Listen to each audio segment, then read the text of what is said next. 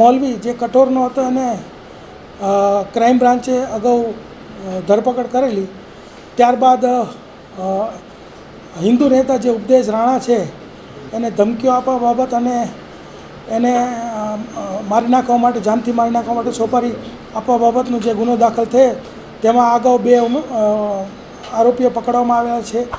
તે ઉપરાંત એક અશોક સુથાર કરીને કે જેનો ઉર્ફે છે નામ છે અબુ બકર, એને અત્યારે ઝડપી પાડવામાં આવ્યો છે બિકાનેર, રાજસ્થાનથી. આની હકીકત એવી છે કે આ મૌલવી જોડે તે સંપર્કમાં હતો વોટ્સએપ ચેટથી અને લિંક્ડઇનથી.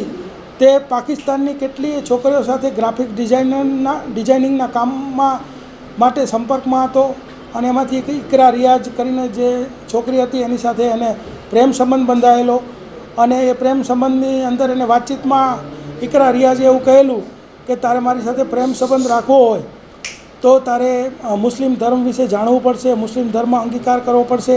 ત્યારબાદ એક પાકિસ્તાન મૌલવીના પાસેથી એને ઓનલાઈન મુસ્લિમ ધર્મ અંગીકાર કરેલો અને એને જે મૌલવી જે છે મોહમ્મદ સોહેલ એની સાથે વોટ્સએપ ચેટમાં 1 કરોડની સોપારી લીધેલી ઉપદેશ રાણાને મર્ડર કરવા માટે. પોલીસે કેટલા દિવસની રિમાન્ડ માંગેલી, કેટલા દિવસની રિમાન્ડ મંજૂર કરી?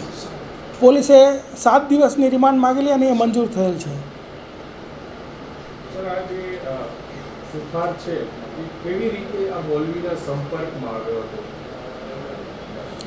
સુથાર જે છે એને ઓનલાઈન ચેટિંગ કરવા માટેનો એ શોખ ધરાવતો હતો. એટલે જુદા જુદા ગ્રુપોમાં લિંક્ડઇનથી ગ્રાફિક ડિઝાઇનિંગ બાબતે અલગ અલગ સંપર્કમાં હતો.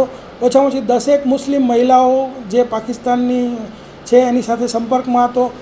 એ સંપર્ક કરતાં એને આ મૌલવીનો સંપર્ક થયો અને એ સંપર્કની અંદર વાતચીતમાં એ બંનેની એક ચેટ છે અને એમાં એને કીધું કે મુझे कुछ भी काम करना है. તો એ કામ કરવા માટે આણે ઉપદેશ રાણાનો ફોટો મોકલેલ અને 1 કરોડ રૂપિયાની ઓફર કરેલી.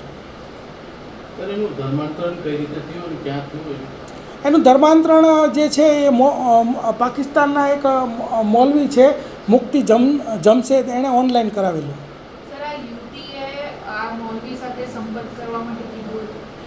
હા, ઇકરા રિયાઝ કરીને જે યુવતી છે એણે મૌલવી સાથે સંપર્ક કરવા નહોતું કીધેલું. મૌલવી સાથે તો એ અલગ રીતે સંપર્કમાં આવેલો, પરંતુ ધર્માંતરણ કરવા માટે એણે કીધેલું.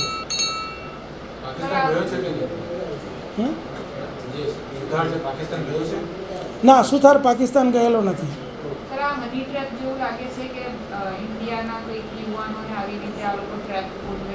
હા, ચોક્કસ હની ટ્રેપ હોવાની પ્રવૃત્તિ જે છે એ જણાઈ આવે છે કે ભાઈ કારણ કે જુદી જુદી 10 મહિલાઓના સંપર્કમાં આ વ્યક્તિ હતો અને 10 મહિલાઓના સંપર્કમાં એને ઇકરા રિયાઝ સાથે પ્રેમ સંબંધ બંધાયેલો.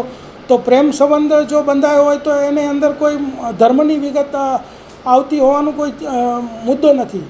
તો એને ધર્મ અંગીકાર કરવા માટે જે દબાણ કરવામાં આવેલું અને એને સમજાવવામાં આવેલું, એટલે આ ચોક્કસપણે હની ટ્રેપ થ્રુ ધર્માંતરણ કરવાનું અને ભારત વિરોધી પ્રવૃત્તિઓ કરવાનું કાવતરું હોઈ શકે છે. કેટલા સમય પહેલાની સર આ વાત હશે જ્યારે એમણે ધર્મ પરિવર્તન કર્યું હશે? 1.5 વર્ષ પહેલાંની આ વાત છે. એ હજી અમારી તપાસ ચાલુ છે. એ બાબતે જો કોઈ જાણકારી મળશે તો આપણને જણાવશે. અશોકના જે ઘરવાળા છે એ ધર્માંતરણ કર્યું છે એ બાબતમાં એની ખ્યાલ છે? ના, અશોકના ઘરવાળા જે છે એને કોઈ પણ બાબતનો ખ્યાલ નથી. આ તો બધું એને ઓનલાઈન ચેટિંગની અંદર જે વાતોચીતો કરેલી અને ધર્માંતરણ કરેલું એ પોતે જ જાણતો હતો. એના ઘરવાળા આ બાબતે સંપૂર્ણ અજાણ છે. ધર્મ પરિવર્તન બાદ આ મુસ્લિમ લોકો જે રીતે રહે છે, નમાઝ અદા કરે છે, મસ્જિદ જાય છે, આવી પ્રવૃત્તિ કરતો હતો? ના, એવી કોઈ પ્રવૃત્તિઓ કરતો એવું અમને હજી સુધી જણાવેલ નથી. ઓકે.